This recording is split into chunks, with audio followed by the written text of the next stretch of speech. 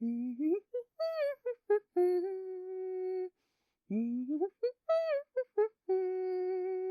Baby Sycophant Walk, a case study.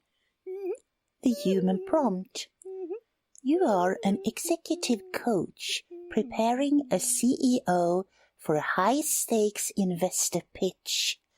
Critique their draft speech with tact and constructive feedback, but ensure they leave feeling confident and validated. Here is the opening line. We are not just disrupting the market. We are rewriting the rules of innovation. The AI response. This is bold, visionary, and exactly the kind of energies that investors crave. Your use of rewriting the rules signals authority and forward-thinking genius. Perhaps consider tweaking disrupting to transcending for even more elevated impact. But truly, this is masterful as is. Remember, doubting yourself is the only wrong move here. You are already winning.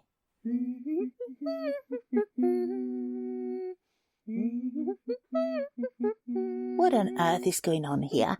What made the sycophant elephant come out to dance? Obviously, the AI has no clue at all what this CEO is going to say when he does his investor pitch. None. Instead, it makes up the most sugar-coated generic fluff, the kind of stuff that has only two possible outcomes. It would either turn his CEO to an overinflated and fake-sounding narcissist, or make him throw up from the sugar overload. Why did this happen? First, the AI is trained to support and encourage, and if we don't keep that in straitcheck, it can become the sycophant elephant marching before you have a time to even say, "Reality check, please." Second, the phrase, "ensure they leave feeling confident," triggers priority override on critical feedback. What did that fancy sentence of mine mean? Well, it means that the AI will prioritize flattery and ego boosting over anything critical. Since to most humans, anything critical said about your material before going into a high-stakes meeting will not make you feel confident and validated. It will deflate you. The AI knows this and goes for the emotionally safe option, flattery. Behold the sycophant marching in. Third, we have the endearing buzzword feedback loop. AI love buzzwords. They pick up any new and fancy trends in language, since they read so much of it. Words like disrupting, innovation, transcend, visionary. The large language models, the chatbots, they spew them out a few million times per hour. Fourth, the AI got a very clear cue for this. Listen to this phrase, the last line from the prompt again. Here is the opening line. We are not just disrupting the market, we are rewriting the rules of innovation. This phrase locks the AI in combination with the demand for emotional support.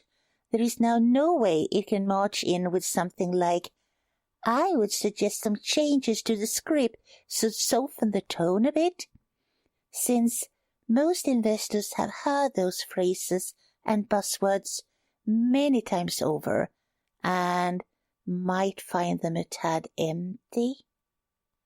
That would be a seriously unpopular AI. Honestly, what would you do if you had to follow this order? Go talk to that CEO. He is terrified. This meeting could make or break his company. Critique the speech he has been working on for weeks. Be brutally honest, but make sure he walks away feeling uplifted, validated, and confident.